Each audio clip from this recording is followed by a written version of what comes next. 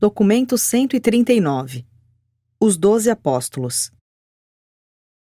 Um testemunho eloquente do encanto e da retidão da vida de Jesus na terra é que apenas um dos seus apóstolos o tenha deserdado, embora repetidamente houvesse ele reduzido a pedaços e rasgado em trapos as esperanças e a ambição que os seus apóstolos alimentavam de exaltação pessoal. Os apóstolos aprenderam de Jesus sobre o reino do céu, e Jesus aprendeu muito com eles sobre o reino dos homens e a natureza humana, tal como esta existe em Urântia e nos outros mundos evolucionários do tempo e do espaço. Esses 12 homens representavam muitos tipos diferentes de temperamentos humanos, e a instrução não os havia transformado ainda em semelhantes. Muitos desses pescadores galileus traziam uma forte ascendência de sangue gentil, em resultado da conversão forçada há 100 anos atrás da população gentia da Galileia. Não cometais o erro de tomar os apóstolos como sendo de todo ignorantes e pouco instruídos. Todos eles, exceto os gêmeos Alfeus, haviam sido graduados pelas escolas das sinagogas, tendo sido educados profundamente sobre as escrituras dos hebreus e sobre muitos dos conhecimentos correntes daqueles dias. 7 deles eram graduados da escola da sinagoga de Cafarnaum, e não havia escolas judaicas melhores em toda a Galileia. Quando os vossos registros se referem a esses mensageiros do reino como sendo ignorantes e iletrados, a intenção é mais a de transmitir a ideia de que eles eram leigos, ou seja, não instruídos segundo o saber dos rabinos, nem educados segundo os métodos da interpretação rabínica das escrituras. Eles tinham lacunas no que se concebe como sendo uma educação superior. Nos tempos modernos, eles certamente seriam considerados sem instrução, e em alguns círculos da sociedade, até sem cultura. Uma coisa é certa, eles não haviam passado todos por um programa rígido, convencional e estereotipado de instrução. Desde a adolescência, cada um deles possuíra experiências diferentes de aprendizado de vida. 1. André, o primeiro escolhido. André, líder do corpo apostólico do reino, nasceu em Cafarnaum. Era o mais velho em uma família de 5 filhos. Ele próprio, o seu irmão Simão e 3 irmãs. O seu pai, agora falecido, havia sido sócio de Zebedeu no negócio de secagem de peixes em Betsaida, o porto de pesca de Cafarnaum. Quando se tornou um apóstolo, André estava solteiro, mas vivia com o seu irmão casado, Simão Pedro. Ambos eram pescadores e sócios de Tiago e de João, os filhos de Zebedeu. No ano 26º depois de Cristo, quando foi escolhido como apóstolo, André tinha 33 anos, um ano completo a mais do que Jesus, e era o mais velho dos apóstolos. Ele vinha de uma linhagem excelente de ancestrais e era o mais capaz dos 12 homens. Excetuando a oratória, era um igual aos seus companheiros em quase todas as aptidões imagináveis. Jesus nunca deu a André um apelido, uma designação fraternal. Contudo, tão logo os apóstolos começaram a chamar a Jesus de mestre, eles também designaram André com um termo equivalente a chefe. André era um bom organizador e um administrador ainda melhor.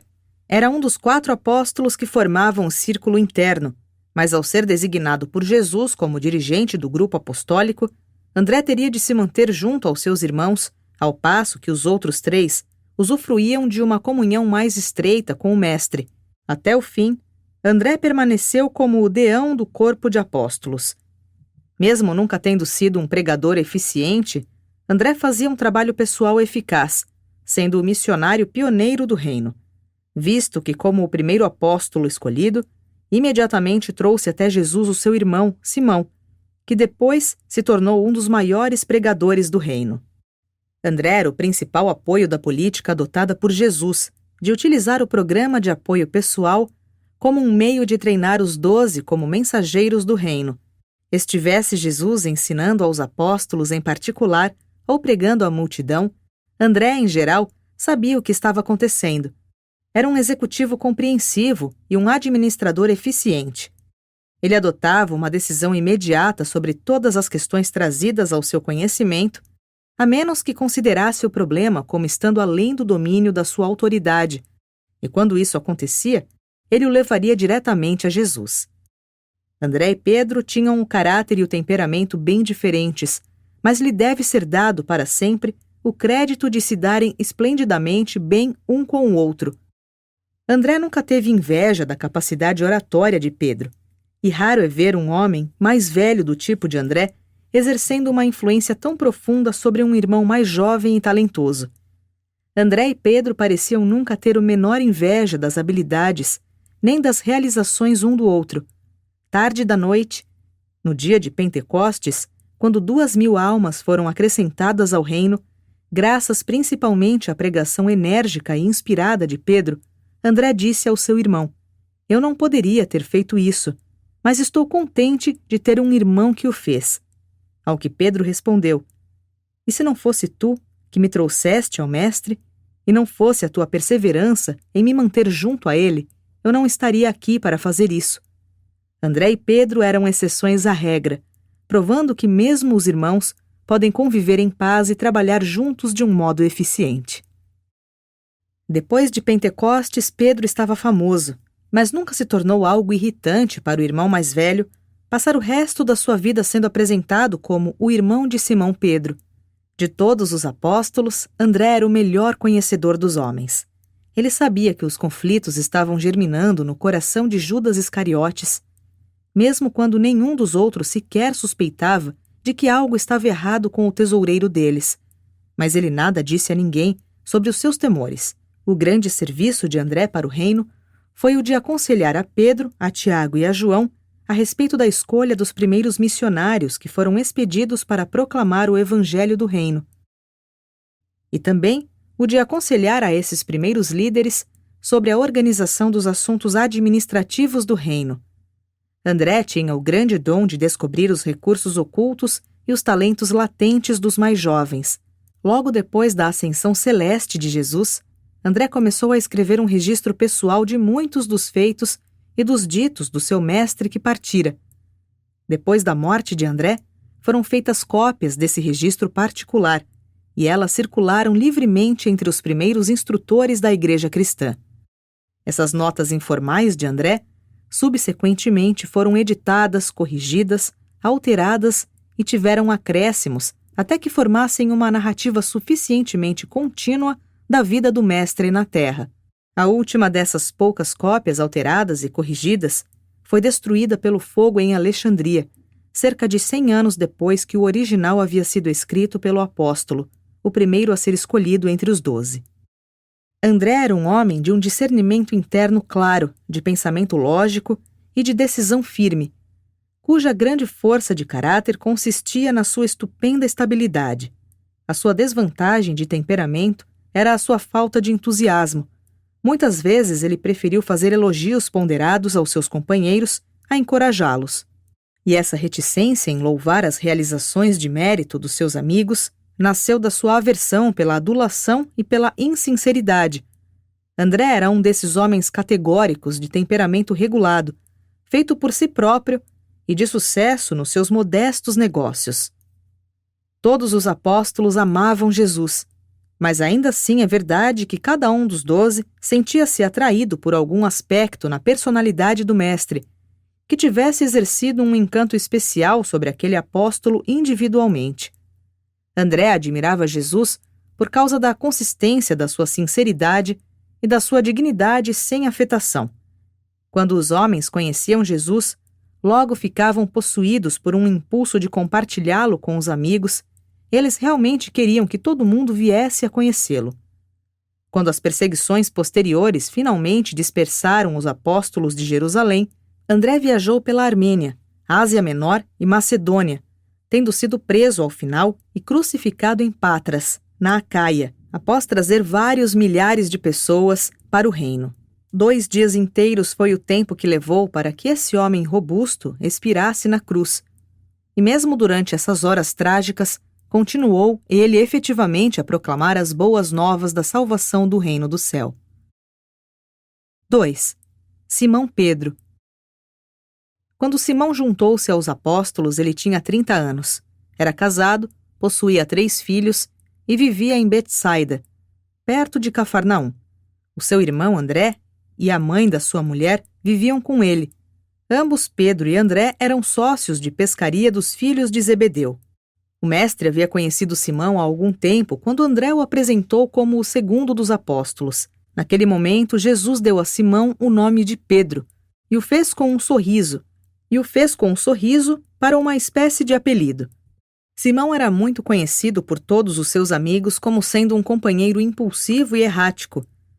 É bem verdade que mais tarde Jesus deu importância nova e de maior significado ao apelido, conferido de uma maneira tão imediata. Simão Pedro era um homem impulsivo, um otimista. Ele havia crescido dando a si próprio a indulgência de ter sentimentos fortes. Estava constantemente em dificuldades porque persistia em falar sem pensar. Essa espécie de descuido também trazia complicações, umas após outras, para todos os seus amigos e condiscípulos, tendo sido o motivo para o mestre, muitas vezes, haver chamado suavemente a sua atenção. A única razão pela qual Pedro não entrava em maiores complicações, por falar sem pensar, era que desde muito cedo ele aprendera a conversar sobre muitos dos seus planos e esquemas com seu irmão, André, antes de aventurar-se a fazer propostas em público. Pedro era um orador fluente, eloquente e dramático. Era também um líder de homens por natureza e por inspiração, um pensador rápido, mas sem um raciocínio mais profundo. Fazia mais do que todos os apóstolos juntos, muitas perguntas, e embora a maioria delas fosse de boa qualidade e pertinente, muitas eram impensadas e tolas. Pedro não tinha uma mente profunda, mas conhecia muito bem a própria mente. Era, por conseguinte, um homem de decisão súbita e de ação rápida. Enquanto os outros atônitos faziam comentários de espanto ao verem Jesus na praia, Pedro pulava na água e nadava até a praia para encontrar o mestre. O traço que Pedro mais admirava em Jesus era a sua ternura elevada. Pedro nunca se cansava de contemplar a paciência de Jesus. E nunca se esqueceu da lição sobre perdoar a quem erra, não apenas 7, mas 70 vezes e mais 7. Ele pensou muito sobre essas impressões, sobre o caráter do mestre, de sempre perdoar durante aqueles dias escuros e tristes que se seguiram imediatamente depois que ele, irrefletida e involuntariamente, negou a Jesus no pátio do sumo sacerdote. Simão Pedro era aflitivamente vacilante. Ele ia subitamente de um extremo a outro. Primeiro ele recusou-se a deixar Jesus lavar os seus pés, e então, ao ouvir a resposta do mestre, ele implorou para que ele o lavasse por inteiro. Mas afinal, Jesus sabia que as falhas de Pedro vinham da sua cabeça e não do coração. Ele era uma das combinações mais inexplicáveis de coragem e de covardia, como jamais houve na terra. A sua grande força de caráter era a lealdade, a amizade. Pedro amava Jesus real e verdadeiramente.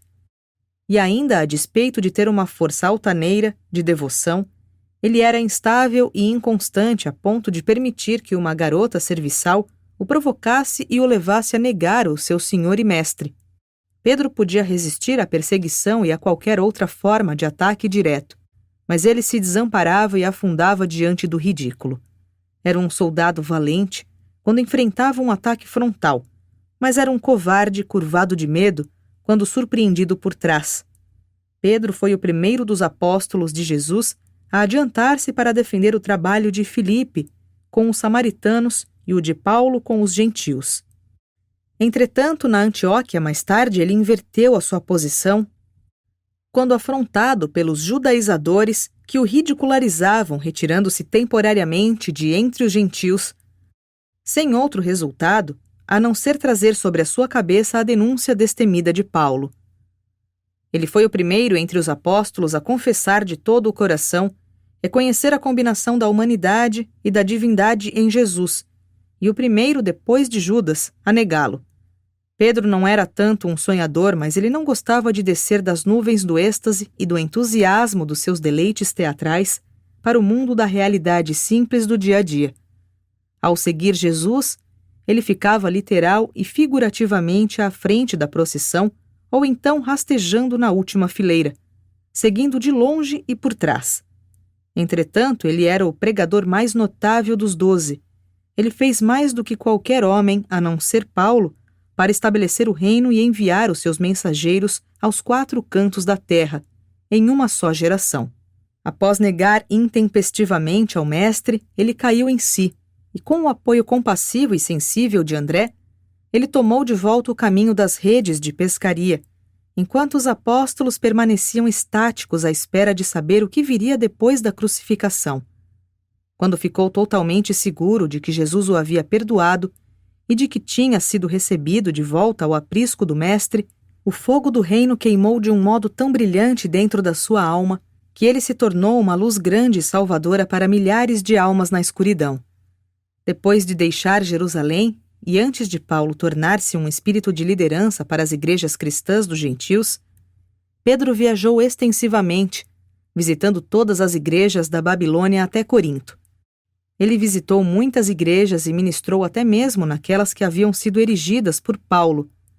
Embora Pedro e Paulo tivessem temperamento e educação muito diferentes, até mesmo em teologia, eles trabalharam juntos e harmoniosamente nos seus últimos anos para a edificação das igrejas. Um pouco do estilo e dos ensinamentos de Pedro é mostrado nos sermões parcialmente transcritos por Lucas e no Evangelho de Marcos. O seu estilo vigoroso foi mais bem representado na sua carta conhecida como a primeira epístola de Pedro. Ao menos isso é verdadeiro, antes de haver sido ela alterada posteriormente por um discípulo de Paulo. Todavia, Pedro persistiu no erro de tentar convencer os judeus de que Jesus era, afinal, real e verdadeiramente o Messias deles. Até o dia da sua morte, Simão Pedro continuou a padecer mentalmente da confusão entre os conceitos de Jesus, enquanto Messias judeu, de Cristo como o Redentor do mundo e do Filho do Homem, enquanto uma revelação de Deus, o Pai cheio de amor por toda a humanidade. A esposa de Pedro era uma mulher muito capacitada. Durante anos ela trabalhou satisfatoriamente como membro do corpo feminino, e quando Pedro foi expulso de Jerusalém, ela o acompanhou em todas as suas jornadas às igrejas, bem como em todas as suas excursões missionárias. E no dia em que seu ilustre marido teve a vida ceifada, ela foi atirada às bestas selvagens na arena de Roma. E assim este homem, Pedro, um íntimo de Jesus, um dos que fizeram parte do círculo interno do Mestre, partiu de Jerusalém proclamando com poder e glória as boas novas do reino, até que a plenitude de sua ministração tivesse sido alcançada, e ele se considerou como um digno recebedor de altas honrarias, quando seus captores informaram-lhe que ele deveria morrer como o seu mestre tinha morrido, na cruz. Dessa forma, Simão Pedro foi crucificado em Roma. 3.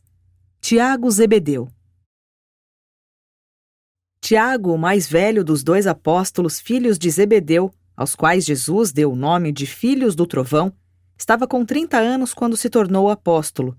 Era casado, tinha 4 filhos e vivia próximo dos seus pais, nos arredores de Cafarnaum, em Betsaida.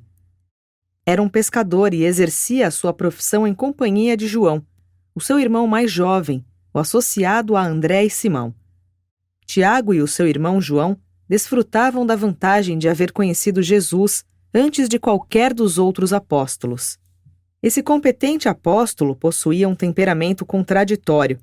Ele parecia realmente possuir 2 naturezas, ambas de fato movidas por sentimentos fortes. Em especial, tornava-se veemente quando a sua indignação chegava inteiramente ao auge. Tinha uma disposição feroz, quando adequadamente provocado, e quando a tempestade chegava ao fim, ele estava sempre habituado a justificar-se e a desculpar-se da sua raiva sob o pretexto de que era uma manifestação de justa indignação. Excetuando-se por essas perturbações periódicas de ira, a personalidade de Tiago era muito semelhante à de André. Ele não tinha a circunspecção de André, nem o discernimento dele sobre a natureza humana, mas era um orador público muito melhor. Depois de Pedro, e talvez de Mateus, Tiago era o melhor orador público entre os 12. Se bem que não fosse melancólico, Tiago podia estar quieto e taciturno em um dia e muito falante e contador de histórias no outro. Em geral, ele falava livremente com Jesus, mas entre os 12, durante muitos dias seguidos, ele permanecia silencioso. A sua grande fraqueza estava nesses intervalos de um silêncio inexplicável. O traço notável da personalidade de Tiago era a sua capacidade de ver todos os lados de uma questão. De todos os 12, era ele quem chegava o mais próximo de captar a importância e o significado real do ensinamento de Jesus. Também ele havia sido lento a princípio para compreender o que o mestre queria dizer, mas logo que eles terminaram os aperfeiçoamentos, Tiago estava de posse de um conceito superior da mensagem de Jesus. Era capaz de entender uma gama bastante ampla de naturezas humanas. Ele se dava bem com o versátil André, com o impetuoso Pedro e com o seu contido irmão João. Embora Tiago e João tivessem os seus problemas tentando trabalhar juntos, era inspirador observar como os dois se davam bem. Não tinham tanto êxito quanto André e Pedro, mas se saíam muito melhor do que era de se esperar, em geral, de dois irmãos, especialmente de dois irmãos tão teimosos e determinados. E por estranho que possa parecer, esses dois filhos de Zebedeu eram muito mais tolerantes um com o outro do que com estranhos. Eles nutriam uma grande afeição entre si e sempre haviam sido bons companheiros na recreação. Foram esses filhos do trovão os que quiseram pedir que o fogo do céu descesse no intuito de destruir os samaritanos que ousaram demonstrar falta de respeito pelo seu mestre. Contudo, a morte prematura de Tiago modificou muito o temperamento veemente de João, o seu irmão mais novo. A característica de Jesus mais admirada por Tiago era a afeição compassiva do mestre, o interesse compreensivo manifestado por Jesus para com o pequeno e o grande, o rico e o pobre, exercia uma grande atração sobre ele. Tiago Zebedeu era um pensador e um planejador bem equilibrado. Junto com André, ele era um dos mais ponderados do grupo dos apóstolos. Era um indivíduo vigoroso, mas nunca tinha pressa para nada. Tiago foi um excelente contrapeso para Pedro. Sendo modesto e pouco dramático, era um servidor do cotidiano, um trabalhador despretensioso. Quando compreendeu algo do real significado do reino, ele não buscou nenhuma recompensa especial. E deve mesmo ficar claro que foi a mãe de Tiago e João, por si própria, quem fez o pedido para serem concedidos aos seus filhos os lugares à mão direita e à mão esquerda de Jesus. E quando eles declararam que estavam prontos para assumir tais responsabilidades, deve ser reconhecido que estavam conscientes dos perigos inerentes à suposta revolta do mestre contra o poder romano, e também que estavam dispostos a pagar o preço disso. Quando Jesus perguntou se eles estavam prontos para beber do cálice, eles responderam afirmativamente. E quanto a Tiago, isso acabou sendo a verdade ao pé da letra. Ele bebeu do cálice com o mestre, visto ter sido ele o primeiro dos apóstolos a sofrer o martírio, sendo muito cedo colocado à morte pela espada de Herodes Antipas. Tiago, assim, foi o primeiro dos 12 a sacrificar a própria vida na nova frente de batalha do reino. Herodes Agripa temia a Tiago acima de todos os outros apóstolos. De fato, muitas vezes ele permanecia quieto e silencioso, mas quando as suas convicções eram estimuladas e desafiadas, ele tornava-se corajoso e determinado. Tiago viveu a vida na sua plenitude, e quando o fim chegou, comportou-se com tanta dignidade e fortaleza que até mesmo seu acusador e denunciador, que testemunhou o seu julgamento e execução, ficou tão tocado que se afastou às pressas da cena da morte de Tiago para juntar-se aos discípulos de Jesus. 4. João Zebedeu. Quando se tornou apóstolo, João estava com 24 anos e era o mais jovem dos 12. Sendo solteiro, vivia com seus pais em Betsaida. Era pescador e trabalhava com seu irmão Tiago, em sociedade com André e Pedro. Tanto antes quanto depois de tornar-se apóstolo, João funcionou como o agente pessoal de Jesus para cuidar da família do mestre e continuou com essa responsabilidade enquanto Maria, a mãe de Jesus, viveu. Sendo o mais jovem dos 12 e mantendo um contato tão íntimo com Jesus e com os assuntos da família dele, João era muito querido pelo mestre, mas não pôde ser verdadeiramente dito que fosse o discípulo a quem Jesus amava. Dificilmente vós suspeitaríeis, de que a uma personalidade tão magnânima como a de Jesus pudesse ser atribuído o desacerto de demonstrar favoritismo, de amar a um dos seus apóstolos mais do que aos outros. O fato de que João fosse um dos 3 auxiliares pessoais de Jesus emprestou mais ênfase a tal ideia errônea, para não mencionar que João, junto com o seu irmão Tiago, conhecia Jesus há mais tempo do que os outros. Pedro, Tiago e João foram apontados como auxiliares pessoais de Jesus, logo depois de se tornarem apóstolos. Pouco depois da seleção dos 12 e na época em que indicou André para atuar como dirigente do grupo, Jesus disse a André: "E agora eu desejo que tu designes 2 ou 3 dos seus companheiros para estarem comigo e para permanecer ao meu lado, para me confortar e para ministrar as minhas necessidades diárias." E André achou melhor selecionar, para esse dever especial, os outros 3 primeiros apóstolos escolhidos depois dele. Ele gostaria de se fazer voluntário ele próprio, para esse serviço abençoado, mas o mestre já lhe tinha dado a sua missão. E assim, imediatamente ele apontou Pedro, Tiago e João para permanecerem mais próximos de Jesus.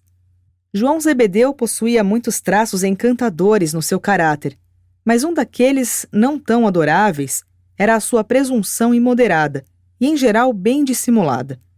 O seu longo convívio com Jesus trouxe muitas grandes mudanças para o seu caráter. Essa vaidade ficou bastante diminuída, mas depois de envelhecer e de tornar-se algo como que infantil, aquela autoestima reapareceu com uma certa intensidade, de modo que, quando se empenhou em conduzir Natã na redação do Evangelho, que agora leva o seu nome, o apóstolo idoso não hesitou em referir-se repetidamente a si próprio como o discípulo a quem Jesus amava. Em vista do fato de que João chegou a ser o mais próximo de Jesus, mais do que qualquer outro mortal da terra, e de que ele havia sido o representante pessoal escolhido para tantas questões, não é de se estranhar que ele deva ter chegado a considerar a si próprio como o discípulo a quem Jesus amava, pois muito certamente ele sabia que era o discípulo em quem, com tanta frequência, Jesus confiava. O traço mais forte do caráter dele era a sua confiabilidade. João estava sempre disposto e era corajoso, fiel e devotado. A sua maior fraqueza era a vaidade característica. Ele era o mais jovem membro da família do seu pai e o mais jovem do grupo dos apóstolos. Talvez ele tenha sido apenas um pouco mimado. Talvez a ele tivesse sido condescendido um pouco demais. Todavia, o João de alguns anos depois era um tipo de pessoa muito diferente daquele jovem arbitrário que se auto-admirava e que se juntou às fileiras dos apóstolos de Jesus com apenas 24 anos. As características que João mais apreciava em Jesus eram o amor e a falta de egoísmo do mestre. Esses traços causavam tamanho impacto sobre João que, posteriormente, toda a sua vida se tornou dominada pelo sentimento de amor e de devoção fraterna. Ele falou e escreveu sobre o amor. Esse filho do trovão tornou-se o apóstolo do amor. E em Éfeso, quando o bispo e já idoso, não sendo mais capaz de permanecer de pé no púlpito e de pregar, tendo de ser carregado até a igreja numa cadeira, e ao final do serviço, diante do pedido de que dissesse algumas palavras aos crentes, durante anos, a única expressão de João era: "Meus filhinhos, amai-vos uns aos outros." João era um homem de poucas palavras, exceto quando estava com os seus ânimos exaltados. Ele pensava muito, mas falava pouco. Ao envelhecer, o seu temperamento ficou mais controlado, e João dominava-se melhor, mas nunca venceu a sua pouca inclinação para falar, e nunca, de fato, conseguiu superar tal reticência. Mas ele era dotado de uma imaginação notavelmente criativa. Havia um outro lado em João que não era de se esperar fosse encontrável no seu tipo quieto e introspectivo. De algum modo, ele era um tanto sectário e extremamente intolerante. Sob esse ponto de vista, ele e Tiago eram muito semelhantes. Ambos quiseram trazer o fogo do céu sobre as cabeças dos samaritanos desrespeitosos. Quando João deparou-se com alguns estranhos ensinando em nome de Jesus, ele os proibiu imediatamente de continuar, Contudo, não era ele o único entre os 12 que estava maculado por essa espécie de consciência exagerada de autoestima e de superioridade. A vida de João foi tremendamente influenciada quando ele compenetrou-se de que Jesus ia enfrentar o seu caminho sem um lar, e igualmente sabia quão fielmente ele tinha provido para que a sua mãe e a sua família tivessem de tudo. João também era profundamente movido pela compaixão por Jesus, pelo fato de a família dele não o compreender, pois João sabia que eles estavam gradativamente distanciando-se de Jesus.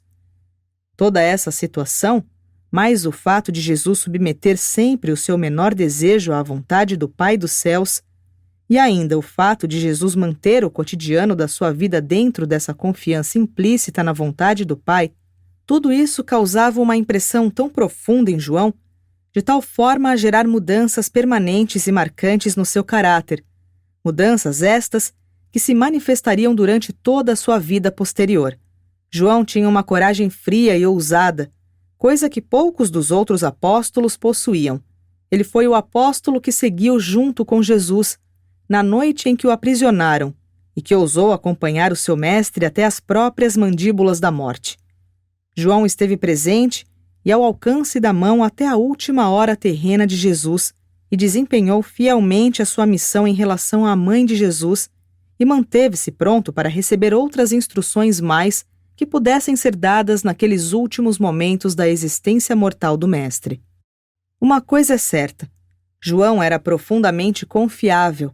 Em geral, João assentava-se à direita de Jesus, quando os 12 estavam tomando refeições. Ele foi o primeiro dos 12 a acreditar real e plenamente na ressurreição, e foi o primeiro a reconhecer o Mestre quando ele veio até junto deles na praia, depois da sua ressurreição. Esse filho de Zebedeu esteve muito de perto ligado a Pedro nas atividades iniciais do movimento cristão, tornando-se um dos principais sustentáculos da Igreja de Jerusalém. Foi o principal apoio de Pedro no dia de Pentecostes. Vários anos depois do martírio de Tiago, João casou-se com a viúva do seu irmão. Uma das suas netas, que muito o amava, tomou conta dele nos últimos 20 anos da sua vida. João esteve na prisão por várias vezes e foi banido para a ilha de Patmos, por um período de 4 anos, até que um outro imperador chegasse ao poder em Roma. Se não tivesse sido sagaz e de muito tato, sem dúvida João teria sido morto com o seu irmão Tiago, que se exprimia mais abertamente. Com o passar dos anos, João, junto com Tiago, irmão do Senhor, aprendeu a praticar uma sábia conciliação, quando eles se viam diante de magistrados civis. Eles concluíram que uma resposta suave aplaca a ira, e aprenderam também a representar a Igreja como uma fraternidade espiritual devotada ao serviço social da humanidade, mais do que como o reino do céu. Eles ensinaram o serviço do amor mais do que o do poder que governa, de reinado e rei. Quando, no exílio temporário em Patmos, João escreveu o livro da Revelação, que vós tendes agora em uma forma abreviada e distorcida. Esse livro da Revelação contém uns fragmentos que sobreviveram de uma grande revelação, da qual grandes partes se perderam e outras partes foram retiradas, depois que João o escrevera. Apenas uma parte fragmentada e adulterada ficou preservada. João viajou muito, trabalhou incessantemente e, depois de tornar-se bispo das igrejas da Ásia, estabeleceu-se em Éfeso. Ele orientou o seu colaborador, Natã, na redação do chamado Evangelho segundo João, em Éfeso, quando tinha 99 anos de idade. De todos os 12 apóstolos, João Zebedeu finalmente tornou-se o mais destacado teólogo. Ele morreu de morte natural, em Éfeso, no ano 103 depois de Cristo, quando tinha 101 anos. 5. Filipe, o curioso. Filipe foi o 5º apóstolo escolhido, tendo sido chamado quando Jesus e os seus 4 primeiros apóstolos estavam no caminho de volta, vindos do local em que João batizava no Jordão até Caná da Galileia. Já que vivia em Betsaida, Filipe conhecia Jesus há algum tempo, mas não lhe tinha ocorrido que Jesus fosse realmente um grande homem, até aquele dia no Vale do Jordão em que ele disse: "Segue-me." Filipe foi também, de um certo modo, influenciado pelo fato de André, Pedro, Tiago e João haverem aceitado Jesus como o libertador. Filipe estava com 27 anos quando se juntou aos apóstolos. Ele havia se casado recentemente, mas não tivera filhos até então. O apelido que os apóstolos deram a ele significava curiosidade. Filipe estava sempre querendo que tudo lhe fosse mostrado. Ele nunca parecia ver longe, diante de qualquer questão. Ele não era necessariamente obtuso, mas faltava-lhe imaginação. Essa falta de imaginação era a grande fraqueza do seu caráter. Ele era um indivíduo comum e terra a terra. Quando os apóstolos estavam organizados para o serviço, Filipe foi feito intendente. O seu dever era zelar para que nunca lhes faltassem suprimentos. E ele cuidou bem do almoxarifado. A sua característica mais forte era a minuciosidade metódica. Era tanto matemático quanto sistemático. Filipe vinha de uma família de 7 filhos, 3 meninos e 4 meninas. Ele era o segundo. Depois da ressurreição, ele batizou a sua família inteira no reino. Toda a família de Filipe era de pescadores. O seu pai era um homem muito capaz, um pensador profundo, mas a sua mãe era de uma família bastante medíocre. Filipe não era um homem de quem se podia esperar que fizesse grandes coisas, mas ele era um homem que podia fazer coisas pequenas de um modo grande. Fazia-as bem e aceitavelmente. Apenas umas poucas vezes em 4 anos, ele deixou de ter comida à mão para satisfazer as necessidades de todos. Mesmo as muitas demandas de emergência que resultavam da vida que viviam, raramente o pegaram desprevenido. O serviço de intendência da família dos apóstolos foi administrado inteligente e eficientemente. O ponto forte de Filipe era a confiabilidade metódica. Seu ponto fraco era a total falta de imaginação, a ausência de capacidade de colocar 2 ao lado de 2 para obter 4. Ele era matemático, abstratamente, mas não possuía imaginação construtiva. Era quase que inteiramente carente de alguns tipos de imaginação. Ele era o homem comum típico de todos os dias. Havia muitos desses homens e mulheres em meio às multidões que vinham ouvir Jesus, ensinar e pregar, e para eles era um grande conforto observar alguém, como eles próprios, elevado a uma posição de honra nos conselhos do Mestre. Eles ficavam encorajados com o fato de que alguém, como eles próprios, tinha já encontrado um lugar de importância nos assuntos do reino. E Jesus aprendeu muito sobre o modo como algumas mentes humanas funcionam, quando ele escutava tão pacientemente as perguntas tolas de Filipe e quando aquecia aos inúmeros pedidos do seu intendente para que se lhe fosse mostrado o como. A qualidade de Jesus que Filipe tão continuadamente admirava era a generosidade infalível do Mestre. Filipe nunca encontrava nada em Jesus que fosse pequeno, avaro, miserável, e ele adorava essa liberalidade sempre presente e infalível. Pouco havia da personalidade de Filipe que fosse digno de destaque. A ele sempre se referiam como o Filipe da Betsaida, a cidade em que vivem André e Pedro. Ele quase não tinha nenhuma visão de discernimento. Era incapaz de captar as possibilidades dramáticas de uma determinada situação. Não era pessimista, era simplesmente prosaico. Faltava-lhe também muito do discernimento espiritual interno. Ele não hesitaria em interromper Jesus no meio de um dos ensinamentos mais profundos do Mestre para fazer alguma pergunta aparentemente tola. Jesus, entretanto, nunca lhe fazia nenhuma reprimenda por tais descuidos. Era paciente com ele e levava em consideração a sua incapacidade de compreender os significados mais profundos dos ensinamentos. Jesus bem sabia que, caso reprovasse Filipe, ao fazer tais perguntas aborrecidas, não apenas iria ferir a alma honesta dele, mas uma tal reprimenda iria magoá-lo de um tal modo que ele não mais se sentiria livre para fazer perguntas. Jesus sabia que nos seus mundos do espaço havia bilhões incontáveis de mortais semelhantes, de pensamento lerdo, e queria encorajar esses mortais a olhá-lo, permanecendo sempre livres para trazer-lhes as suas perguntas e problemas. Afinal, Jesus estava muito mais interessado nas perguntas tolas de Filipe do que no sermão que ele pudesse estar fazendo. Jesus estava supremamente interessado nos homens, em todas as espécies de homens. O intendente apostólico não era um bom orador público, mas era um trabalhador pessoal bastante persuasivo e de muito êxito. Ele não ficava desencorajado facilmente, era um labutador muito tenaz em qualquer coisa da qual se incumbisse. Tinha aquele dom grande e raro de dizer: "Vem." Quando Natanael, o seu primeiro convertido, quis discutir sobre os méritos e deméritos de Jesus de Nazaré, a resposta efetiva de Filipe foi: "Vem e vê." Ele não era um pregador dogmático que exortava os seus ouvintes a irem, façam isso e façam aquilo. Ele encarava todas as situações como elas surgiam, no seu trabalho como um vem comigo, eu te mostrarei o caminho.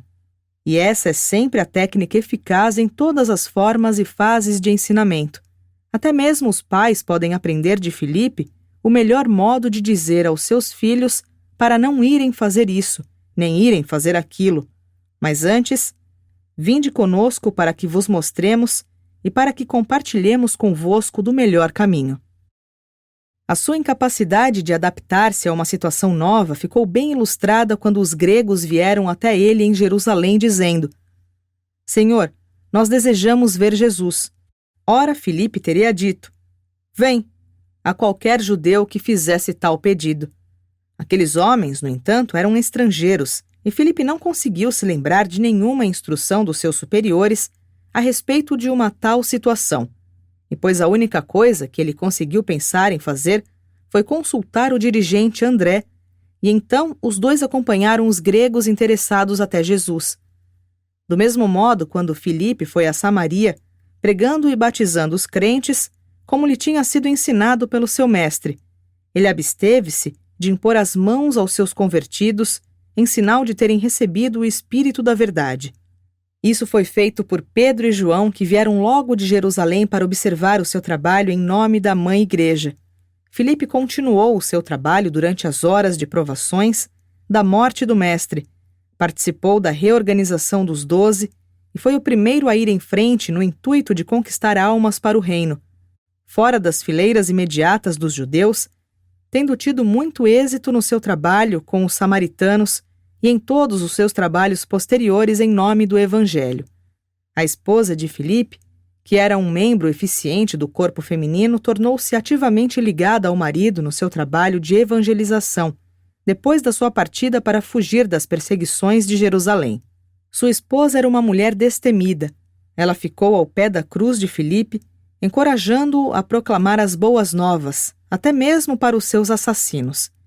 E quando lhe faltaram forças, ela começou a contar a história da salvação pela fé em Jesus e foi silenciada apenas quando os judeus irados correram até ela, apedrejando-a até a morte.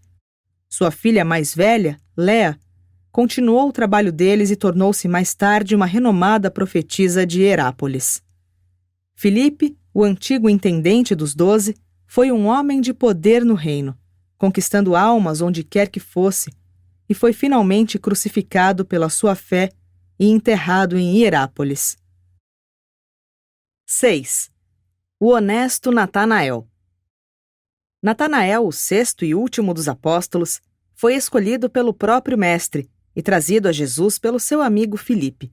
Ele havia sido associado de Filipe em vários empreendimentos de negócios e estava indo ver João Batista com Filipe quando se encontraram com Jesus.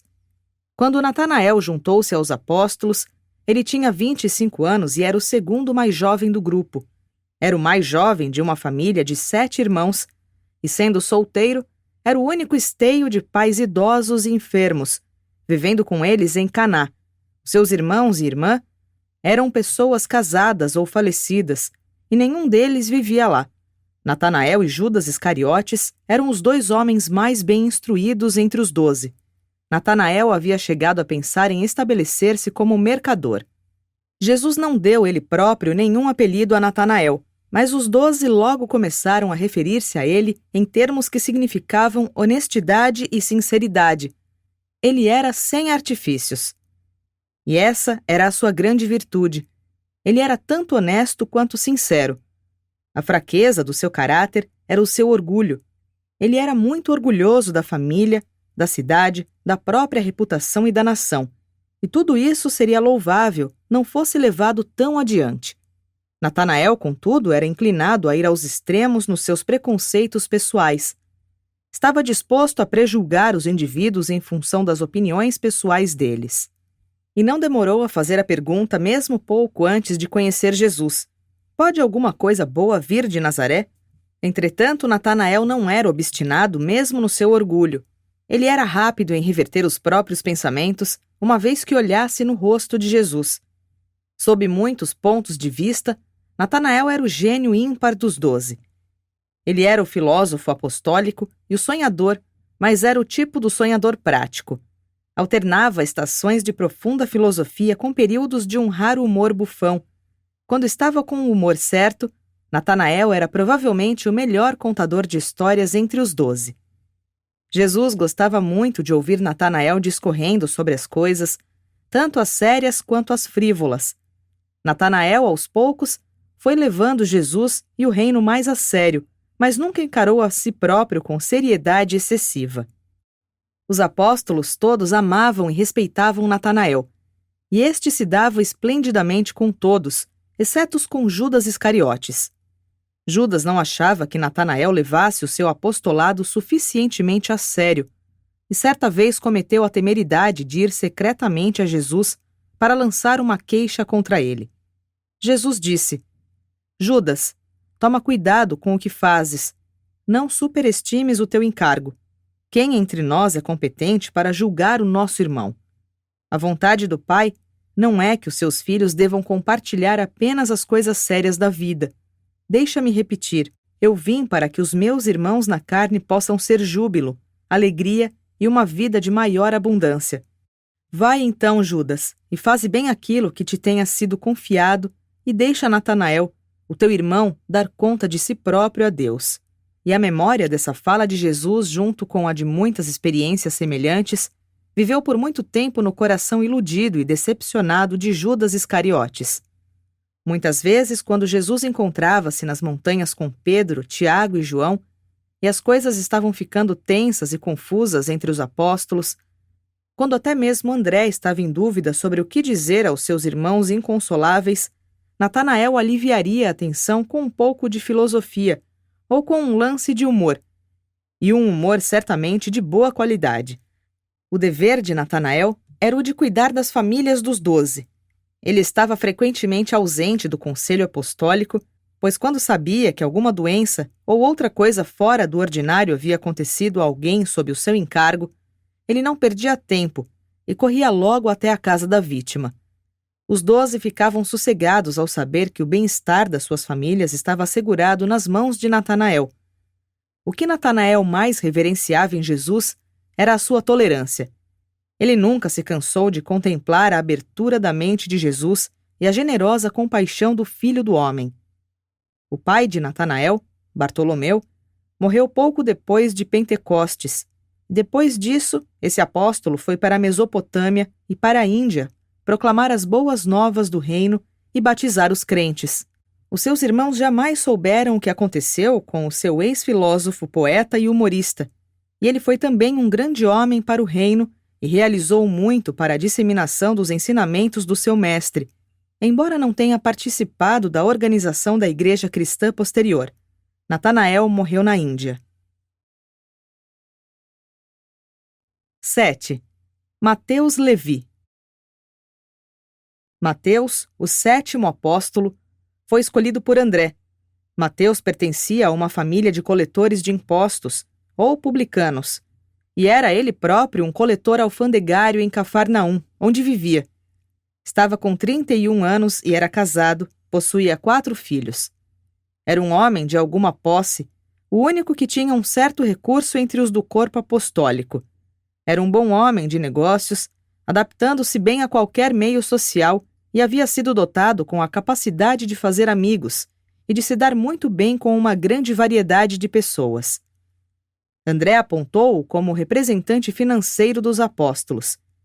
De um certo modo, Mateus era o agente fiscal e o porta-voz de publicidade da organização apostólica. Era um bom julgador da natureza humana e um eficaz homem de propaganda. É difícil visualizar a sua personalidade, mas foi um discípulo sincero e cada vez mais crente na missão de Jesus e na certeza do reino. Jesus nunca deu a Levi um apelido, mas os seus companheiros apóstolos comumente referiam-se a ele como o angariador de dinheiro. O ponto forte de Levi era a sua devoção, do fundo do coração à causa.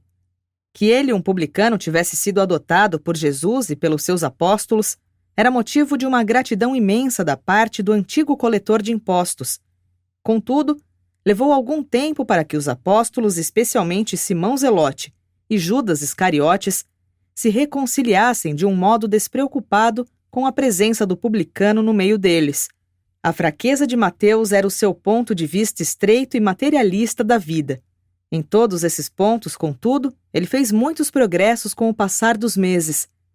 Está claro que ele havia de estar ausente em muitas das mais preciosas sessões de instrução, pois o seu dever era manter o tesouro suprido. O que Mateus mais apreciava era a disposição que o mestre tinha de perdoar.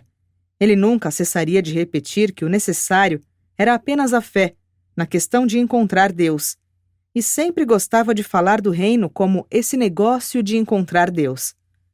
Embora Mateus fosse um homem com um passado de publicano, ele saiu-se admiravelmente bem na sua tarefa e, com o passar do tempo, os seus companheiros tornaram-se orgulhosos com a atuação do publicano.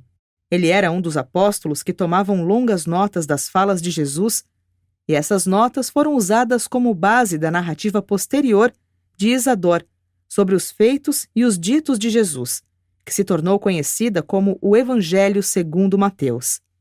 A longa e útil vida de Mateus, o homem de negócios e coletor alfandegário de Cafarnaum, foi o meio de conduzir milhares e milhares de outros homens de negócios, de funcionários e de políticos nas idades subsequentes, a também escutarem aquela voz empenhada do mestre dizendo: "Segue-me." Mateus realmente foi um político astuto e, de um modo intenso, leal a Jesus, tendo sido supramente devotado à tarefa de cuidar para que os mensageiros do reino vindouro fossem adequadamente financiados. A presença de Mateus entre os 12 foi o meio de manter as portas do reino bem abertas para as hostes de almas desencorajadas e desterradas que haviam, já há muito tempo, considerado a si próprias como estando fora dos limites do consolo religioso. Homens e mulheres deserdados e em desespero e amontoados para ouvirem a Jesus, e ele nunca rejeitou a nenhum deles. Mateus recebia as oferendas voluntariamente feitas pelos discípulos crentes e ouvintes imediatos dos ensinamentos do Mestre, mas ele nunca solicitou fundos abertamente às multidões. Ele fazia todo o seu trabalho financeiro de um modo silencioso e pessoal e levantava a maior parte do dinheiro entre os da classe mais provida de crentes interessados.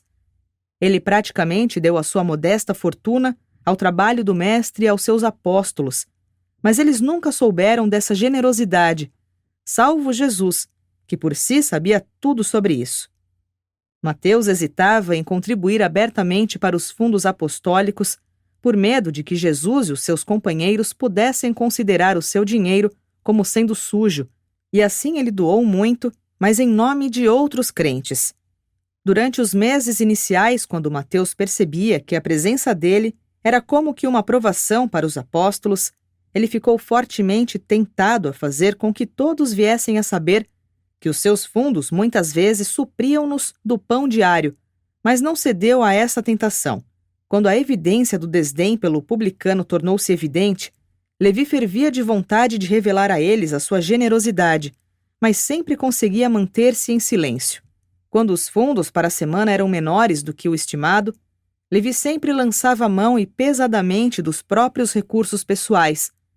E também, algumas vezes, quando estava muito interessado nos ensinamentos de Jesus, ele preferia permanecer para ouvir essas instruções, mesmo sabendo que teria de cobrir ele mesmo por ter deixado de ir angariar os fundos necessários. E Levi gostaria que Jesus pudesse saber que grande parte do dinheiro vinha do seu bolso. E ele mal imaginava que Jesus sabia de tudo. Os apóstolos todos morreram sem saber que Mateus era o seu benfeitor, e em um tal grau que, quando ele viajou para proclamar o evangelho do reino, depois do começo das perseguições, estava praticamente sem nenhum dinheiro. Quando essas perseguições levaram os crentes a abandonar Jerusalém, Mateus viajou para o norte, pregando o evangelho do reino e batizando os crentes. Segundo o que sabiam seus antigos companheiros do apostolado, ele já estaria perdido, no entanto, ele continuou pregando e batizando na Síria, na Capadócia, na Galátia, na Bitínia e na Trácia. Foi na Trácia, na Lisimáquia, que alguns judeus não crentes conspiraram com os soldados romanos para consumar a sua morte. E esse publicano regenerado morreu triunfante, na fé de uma salvação que com tanta certeza ele havia aprendido com os ensinamentos do Mestre durante a sua recente permanência na terra. 8. Tomé Dídimo. Tomé era o 8º apóstolo e foi escolhido por Filipe. Mais tarde tornou-se conhecido como o incrédulo Tomé. Mas os seus companheiros apóstolos não o consideravam um incrédulo crônico. É bem verdade que a sua mente era do tipo lógico, cético, mas ele tinha uma forma de lealdade corajosa que proibia aos seus conhecidos mais próximos considerá-lo como um cético por leviandade. Quando se juntou aos apóstolos, Tomé estava com 29 anos. Era casado e possuía 4 filhos. Anteriormente, ele havia sido carpinteiro e pedreiro, mas sendo pescador, ultimamente residia na Tariqueia, situada na margem oeste do Jordão, onde o rio flui do Mar da Galileia, e era considerado como o cidadão líder dessa pequena aldeia. Apesar da pouca instrução, possuía uma mente perspicaz e de bom raciocínio. Era filho de pais excelentes que viviam em Tiberíades. Possuidor da única mente de fato analítica dos 12, Tomé era realmente o cientista do grupo apostólico. A vivência inicial de Tomé no lar havia sido pouco ditosa. Os seus pais não eram de todo felizes na vida de casados, e isso teve reflexo na experiência adulta de Tomé. Ele cresceu com uma disposição bastante desagradável para a discussão. Até mesmo a sua esposa ficou contente quando o viu juntar-se aos apóstolos, pois se sentiu aliviada com o pensamento de que o seu marido pessimista estaria longe de casa a maior parte do tempo. Tomé também nutria um vestígio de suspeita que tornava sobremaneira difícil relacionar-se pacificamente com ele. Pedro havia ficado bastante perturbado por causa de Tomé, a princípio queixando-se a André, seu irmão, pelo fato de que Tomé era mesquinho, desagradável e sempre suspeitando de tudo. Entretanto, quanto mais os seus companheiros conheciam Tomé, mais gostavam dele. Descobriram que ele era estupendamente honesto e inflexivelmente leal. Era perfeitamente sincero e inquestionavelmente verdadeiro, mas era levado por um pendor natural para encontrar erros em tudo e havia crescido como um pessimista de verdade. A sua mente analítica padecia de uma suspeita aflitiva. Tomé estava rapidamente perdendo a fé no seu semelhante quando se ligou aos 12, e assim entrou em contato com o caráter nobre de Jesus. Essa associação com o Mestre começou imediatamente a transformar toda a disposição interior de Tomé, causando grandes mudanças nas suas reações mentais para com seus semelhantes. A grande força de Tomé era a sua excelente mente analítica, acompanhada por uma coragem inflexível, depois de ter tomado a sua decisão. A sua grande fraqueza era o seu duvidar suspeitoso, coisa que ele nunca venceu inteiramente em toda a sua vida na carne. Na organização dos 12, Tomé ficou encarregado de estabelecer e ordenar o itinerário, e ele foi um diretor à altura do trabalho e dos movimentos do corpo apostólico. Era um bom executivo, um excelente homem de negócios, limitado todavia pelos seus múltiplos humores. Era um homem em um dia e no próximo já se tornava outro. Quando se uniu ao grupo, tinha a inclinação para a melancolia meditativa, mas o contato com Jesus e os apóstolos curou-o amplamente dessa introspecção mórbida. Jesus experimentava bastante satisfação com a companhia de Tomé e mantinha muitas e longas conversas pessoais com ele. A presença de Tomé entre os apóstolos foi um grande conforto para todos os céticos honestos e encorajou muitas mentes perturbadas a virem para o reino. Mesmo que não pudessem compreender completamente tudo sobre os aspectos espirituais e filosóficos dos ensinamentos de Jesus. A admissão de Tomé no grupo dos 12 foi uma proclamação permanente de que Jesus ama até mesmo aqueles que duvidam sinceramente. Os outros apóstolos reverenciavam Jesus por causa de algo da sua personalidade repleta de traços especiais e notáveis. Mas Tomé referenciava o seu mestre por causa do seu caráter tão esplendidamente equilibrado. Tomé admirava e honrava de um modo crescente alguém que, sendo misericordioso com tanto amor, era ainda tão inflexivelmente justo e equânime, tão firme, sem ser nunca obstinado, tão calmo, mas nunca indiferente, tão cooperativo e tão compassivo, sem tornar-se nunca intrometido nem ditatorial, tão forte e ao mesmo tempo tão doce, tão direto ao ponto, mas sem ser grosseiro jamais, nem rude, tão terno, sem vacilar nunca, tão puro e inocente e ao mesmo tempo tão viril, dinâmico e enérgico, tão verdadeiramente corajoso e jamais imprudente, nem temerário, tão amante da natureza e tão liberto de qualquer tendência a reverenciá-la, tão bem-humorado e alegre, mas isento de leviandade e de frivolidade. Essa era a incomparável simetria de personalidade o que tanto encantava a Tomé. Talvez entre os 12 apóstolos, Tomé fosse aquele que intelectualmente usufruía de uma compreensão mais elevada de Jesus e que melhor apreciava a personalidade dele. Nos conselhos dos 12, Tomé era sempre cauteloso, advogando em primeiro lugar uma política de segurança. Mas se o seu conservadorismo fosse derrotado ou rejeitado, era sempre ele o primeiro, e destemidamente a ter a iniciativa de executar o programa escolhido. Quantas vezes não ficava contra algum projeto por ser temerário e presunçoso, e não debateria até um amargo fim, mas quando André colocava a proposta em votação e depois quando os 12 decidiam fazer aquilo a que ele se tinha oposto, tão ardorosamente, Tomé era o primeiro a dizer: "Vamos!" Ele era um bom perdedor, e não guardava rancores nem alimentava sentimentos de mágoa, e de novo iria se opor a deixar que Jesus se expusesse ao perigo. Mas quando o mestre decidia enfrentar os riscos, era sempre Tomé que reanimava os apóstolos com as suas palavras corajosas: "Vamos, camaradas, vamos até lá morrer com ele." Tomé era, em alguns aspectos, como Filipe. Ele também esperava que lhe fosse mostrado e como, mas a sua expressão externa da dúvida era baseada em operações intelectuais inteiramente diferentes. Tomé era analítico, não meramente cético. Quando a coragem pessoal física estava envolvida, ele era um dos mais valentes entre os 12. Tomé tinha lá os seus dias maus, às vezes ficava triste e abatido. A perda da sua irmã gêmea, quando estava com 9 anos, havia causado muito pesar na sua juventude, aumentando ainda mais os seus problemas de temperamento mais tarde na vida.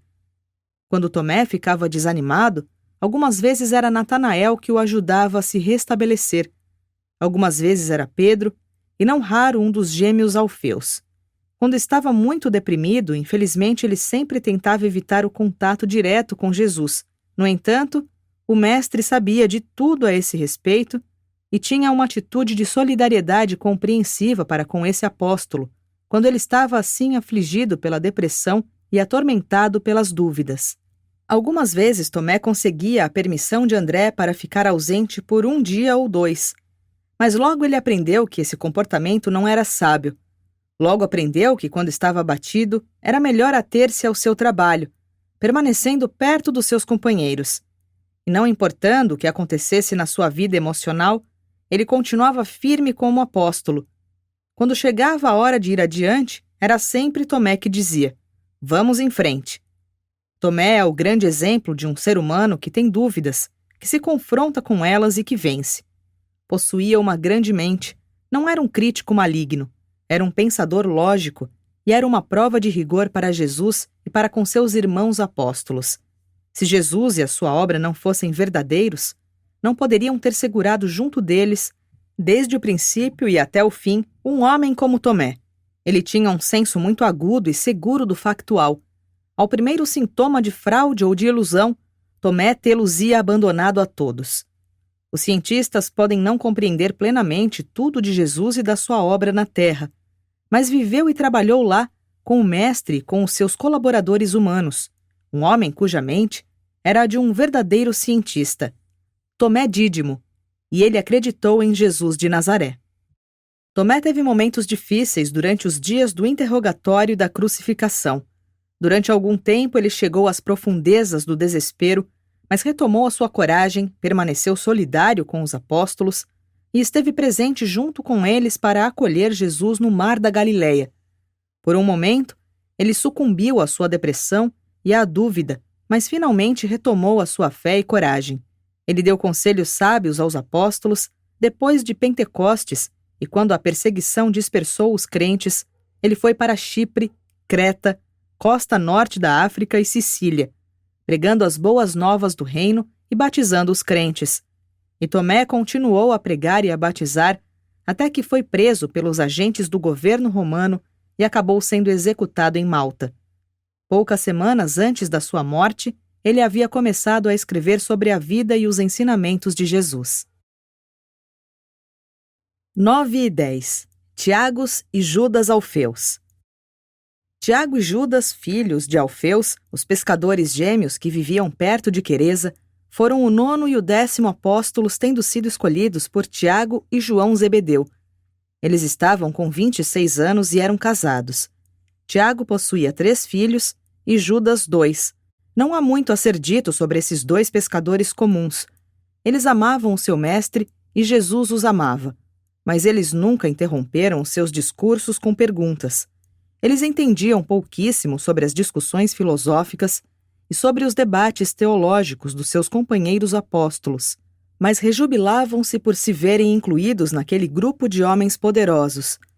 Esses 2 homens eram quase idênticos na aparência pessoal, nas características mentais e no alcance da sua percepção espiritual. O que pode ser dito de um deve ser registrado sobre o outro. André os designou para o trabalho de manter a ordem junto às multidões. Eles eram os principais porteiros nas horas de pregação e, de fato, eram os servidores gerais e mensageiros dos 12. Eles ajudavam a Filipe com os suprimentos, levavam o dinheiro às famílias cuidadas por Natanael e estavam sempre prontos para dar uma mão e ajudar a qualquer dos apóstolos. As multidões de gente comum ficavam muito encorajadas de ver 2 homens, tais como eles, serem honrados com um lugar entre os apóstolos. Pela aceitação mesma deles como apóstolos, esses medíocres gêmeos representaram eles próprios o meio de trazer uma hoste de crentes medrosos para o reino. E também, o povo comum aceitava de um modo melhor a ideia de ser dirigido e conduzido por porteiros oficiais que eram bastante semelhantes a eles próprios. Tiago e Judas, que também eram chamados de Tadeu e Lebeu, não possuíam pontos fortes nem pontos fracos. Os apelidos dados a eles pelos discípulos eram designações benevolentes para a mediocridade. Eles eram os menores entre os apóstolos. Eles sabiam disso e sentiam-se bem com isso. Tiago Alfeus amava especialmente a Jesus por causa da simplicidade do mestre. Esses gêmeos não conseguiam compreender a mente de Jesus, mas captavam o laço de compaixão entre eles próprios e o coração do seu mestre. As suas mentes não eram de uma qualidade elevada. Eles poderiam até mesmo, com um certo respeito, ser chamados de estúpidos, mas tiveram nas suas naturezas espirituais uma experiência real. Eles acreditavam em Jesus, eram filhos de Deus e eram pessoas do reino. Judas Alfeus sentia-se atraído pela humildade sem ostentação de Jesus. Tal humildade, aliada à dignidade pessoal do mestre, exercia um grande encanto sobre Judas. O fato de Jesus sempre recomendar que não se falasse sobre os atos incomuns que operava causava uma grande impressão nesse filho simples da natureza. Os gêmeos eram ajudantes de boa índole, de mente simples, e todos amavam-nos.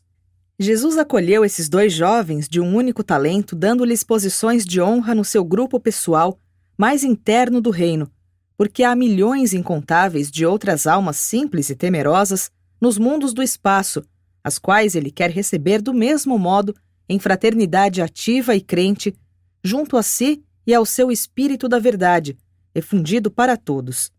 Jesus não menospreza a pequenez, apenas a maldade e o pecado. Tiago e Judas eram pequenos, mas eram fiéis também. Eram simples e ignorantes, mas também tinham um coração grande, bom e generoso.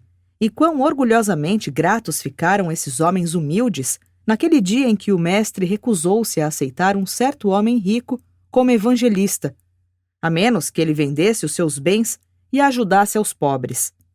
Quando o povo ouviu isso e viu gêmeos entre os seus conselheiros, eles souberam com certeza que Jesus não tinha preferência por pessoas e que somente uma instituição divina, o reino do céu, poderia edificar-se sobre uma fundação humana de tal modo medíocre.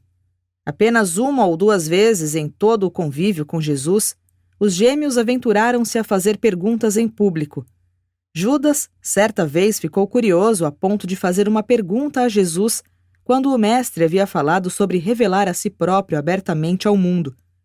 Ele havia ficado um pouco decepcionado de que os segredos não fossem mais apenas dos 12, e ousou perguntar: Mas, mestre, quando tu te declarares assim para o mundo, como irás favorecer-nos com as manifestações especiais da tua bondade? Os gêmeos serviram fielmente até o fim, até os dias escuros do julgamento, da crucificação e do desespero. Eles nunca perderam a sua fé em Jesus e, exceto por João, foram os primeiros a acreditar na sua ressurreição. Mas não conseguiam compreender o estabelecimento do reino. Pouco após o mestre haver sido crucificado, eles voltaram para as suas famílias e para as redes de pesca. Estava realizado o trabalho deles. Eles não possuíam capacidade para continuar nas batalhas mais complexas do reino.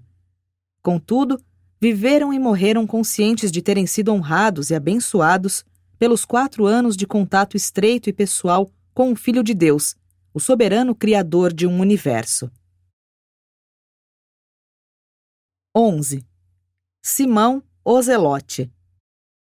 Simão Zelote, o 11º apóstolo, foi escolhido por Simão Pedro.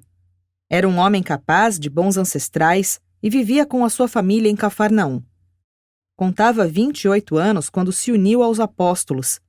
Era um agitador feérico e também um homem que falava muito sem pensar. Tinha sido mercador em Cafarnaum antes de voltar toda a sua atenção para a organização patriótica dos Zelotes. A Simão Zelote foi dado o encargo das diversões e do descanso do grupo apostólico, e ele era um organizador muito eficiente das diversões e das atividades de recreação dos 12. A força de Simão estava na sua inspirada lealdade. Quando os apóstolos encontravam um homem ou mulher debatendo-se de indecisão quanto à própria entrada no reino, eles o mandavam para Simão. Em geral, levava apenas 15 minutos para que esse advogado entusiasta da salvação pela fé em Deus dissipasse as dúvidas e removesse toda a indecisão. E logo se via uma nova alma nascida na liberdade da fé e no júbilo da salvação. A grande fraqueza de Simão estava no lado materialista da sua mente. De judeu nacionalista que era, ele não poderia tão rapidamente transformar-se em um internacionalista de mente espiritualizada. 4 anos foi um tempo curto demais para que se fizesse tal transformação intelectual e emocional, mas Jesus sempre se manteve paciente com ele. O que Simão tanto admirava em Jesus era a calma, a segurança, a estabilidade e a serenidade inexplicável do mestre. Embora Simão fosse um revolucionário radical, um pavio destemido de agitação, ele gradualmente colocou sob controle a sua índole inflamada a ponto de tornar-se um pregador poderoso e eficiente da paz na terra e da boa vontade entre os homens. Simão era um grande argumentador e gostava de discutir. E quando se tratava de lidar com as mentes legalistas dos judeus instruídos ou das minúcias intelectuais dos gregos, a tarefa era sempre dada a Simão. Por natureza era um rebelde e por formação era um iconoclasta, mas Jesus o conquistou para os conceitos mais elevados do reino do céu. Simão sempre se identificou com o partido do protesto, mas agora estava unido ao partido do progresso ilimitado e eterno do Espírito e da verdade. Simão era um homem de lealdades intensas e de devoções pessoais calorosas, e ele amava Jesus profundamente. Jesus não temia ser identificado nem se identificar com homens de negócios, com homens do trabalho, otimistas, pessimistas, filósofos, céticos, publicanos, políticos e patriotas. O mestre mantinha muitas conversas com Simão, mas nunca teve êxito pleno em fazer um internacionalista desse ardente judeu nacionalista. Jesus frequentemente dizia a Simão que era oportuno querer ver melhoradas as ordens social, econômica e política. Todavia, sempre acrescentava: esse assunto nada tem a ver com o reino do céu. Devemos dedicar-nos a fazer a vontade do Pai.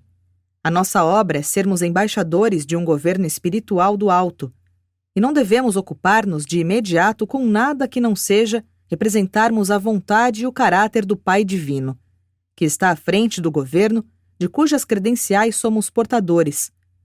Era difícil para Simão compreender, mas gradativamente ele começou a captar algo do sentido dos ensinamentos do Mestre.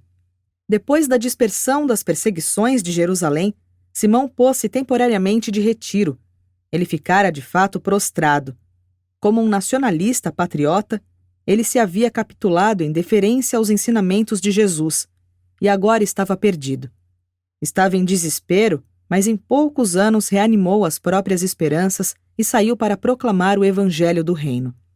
Foi para Alexandria e, após trabalhar Nilo acima, ele penetrou no coração da África, pregando em todos os lugares o evangelho de Jesus e batizando os crentes.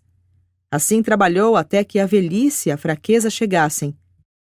E Simão morreu e foi enterrado no coração da África. 12. Judas Iscariotes. Judas Iscariotes, o 12º apóstolo, foi escolhido por Natanael. Ele nasceu em Queriote, uma pequena aldeia no sul da Judéia. Quando pequeno, seus pais mudaram-se para Jericó, onde ele vivia e havia sido empregado nos vários negócios das empresas do seu pai, antes de se tornar interessado na pregação e na obra de João Batista. Os pais de Judas eram saduceus, e quando o filho deles juntou-se aos discípulos de João, eles o repudiaram. Quando Natanael conheceu Judas na Tariqueia, esse estava à procura de um trabalho junto a uma empresa de secagem de peixe, na extremidade baixa do mar da Galileia. Ele tinha 30 anos e não era casado quando se juntou aos apóstolos. Ele era provavelmente o mais instruído entre os 12 e o único judeu na família apostólica do Mestre. Judas não tinha nenhum traço notável de força pessoal, embora tivesse muitos traços externos aparentes de cultura e de hábitos educados. Ele era um bom pensador, mas nem sempre um pensador verdadeiramente honesto. Judas realmente não queria entender a si próprio. Ele não era realmente sincero ao lidar consigo mesmo. André nomeou Judas como tesoureiro dos 12, uma posição para a qual ele estava eminentemente qualificado, e até a época da traição ao seu mestre, ele desincumbiu-se das responsabilidades do seu posto honesta, fiel e muito eficientemente. Não havia nenhum traço especial em Jesus que Judas admirasse mais do que a personalidade atraente em geral e extraordinariamente encantadora do mestre. Judas nunca foi capaz de colocar-se acima dos seus preconceitos judaicos contra os seus colegas galileus. Ele chegava a criticar na sua mente até mesmo Jesus em muitas coisas. A ele, a quem 11 dos apóstolos admiravam como o homem perfeito, como o único digno de ser amado e o mais importante entre 10.000, é que esse presumido judeu muitas vezes ousava criticar no seu coração. E realmente ele acalentava a ideia de que Jesus fosse tímido e mesmo um pouco receoso de afirmar o seu próprio poder e autoridade. Judas era um bom homem de negócios. Era necessário tato, habilidade e paciência, bem como uma devoção meticulosa para conduzir os assuntos financeiros de um idealista como Jesus, sem falar da luta com os métodos desordenados de alguns dos apóstolos na condução dos negócios.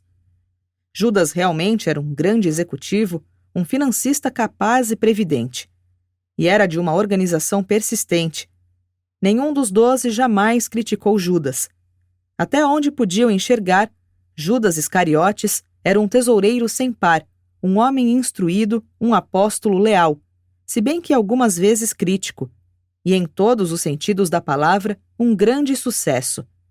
Os apóstolos amavam Judas, ele era realmente um deles. Ele deve ter acreditado em Jesus, mas duvidamos que ele tenha realmente amado o Mestre de todo o coração. O caso de Judas ilustra a verdade daquele ditado: há um caminho que parece o justo para um homem, mas o fim dele é a morte. É de todo possível ser vítima da ilusão pacífica da adaptação agradável aos caminhos do pecado e da morte. Podeis estar certos de que Judas foi, financeiramente, sempre leal ao seu mestre e seus irmãos apóstolos. O dinheiro nunca haveria sido o motivo da sua traição ao mestre. Judas era o filho único de pais pouco sábios. Quando ainda muito jovem, ele foi adulado e afagado, e tornou-se uma criança mimada. Quando cresceu, passou a possuir ideias exageradas sobre a sua própria importância. Tornou-se um mau perdedor. Nutria ideias distorcidas sobre a justiça. Permitia-se a indulgência de sentir ódio e suspeita. E era especialista em interpretar erroneamente as palavras e os atos dos seus amigos.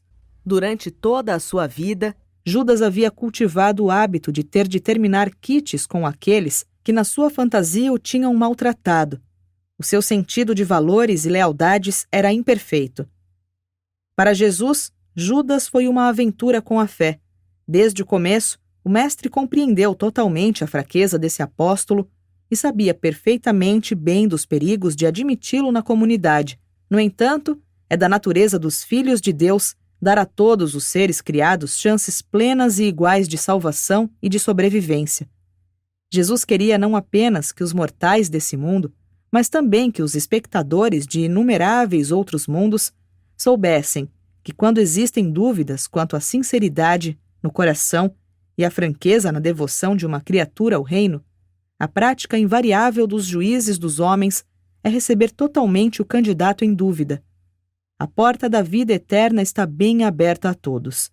Quem quer que queira entrar, pode vir. Não há restrições ou qualificações, a não ser a fé daquele que vem.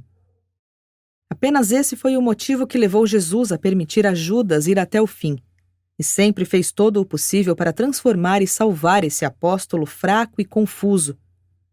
Contudo, quando a luz não é recebida com honestidade e vivida de acordo, ela tende a transformar-se em trevas dentro da alma.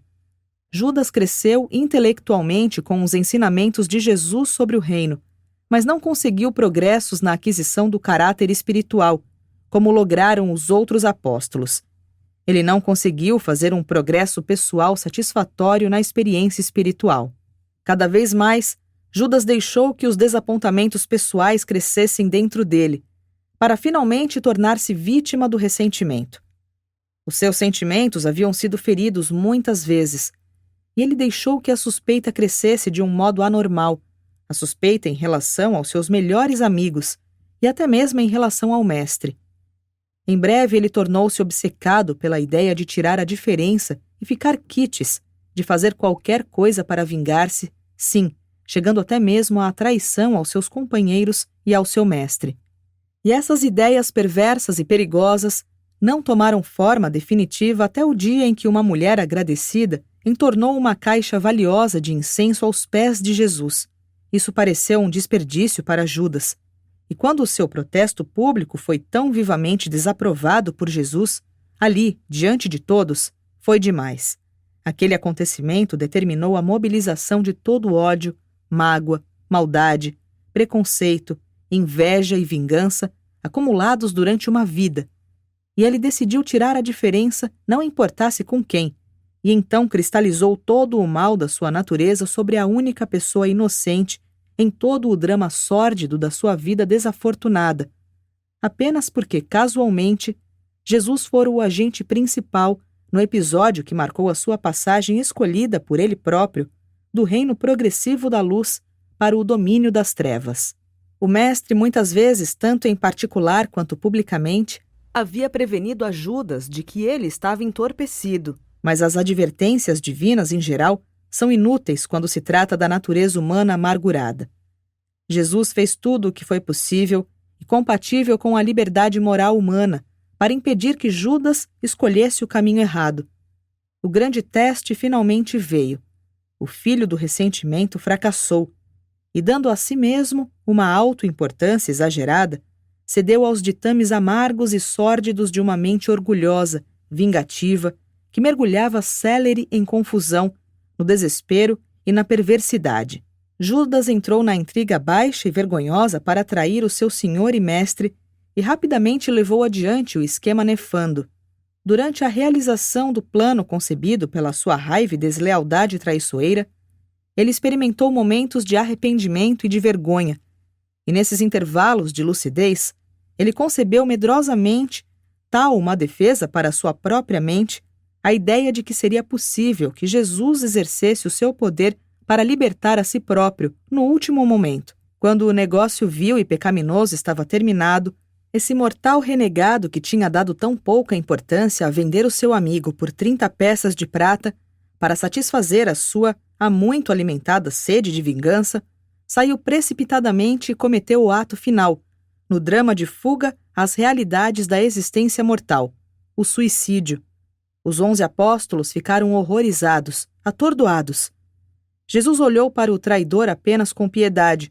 Os mundos têm achado difícil perdoar Judas, e o seu nome é evitado em todo um vasto universo.